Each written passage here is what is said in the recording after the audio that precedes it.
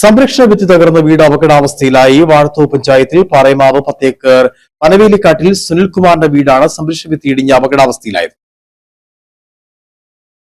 കഴിഞ്ഞ ദിവസങ്ങളിലെ ശക്തമായ മഴയിലാണ് വാഴത്തോപ്പ് പഞ്ചായത്തിലെ 10-ാം വാർഡിൽ താമസിക്കുന്ന പനവേലിക്കാട്ടിൽ സുനിൽകുമാറിന്റെ വീടിന്റെ സംരക്ഷണ ഭിത്തി ഇടിഞ്ഞ് വീട് അപകടാവസ്ഥയിലായത്.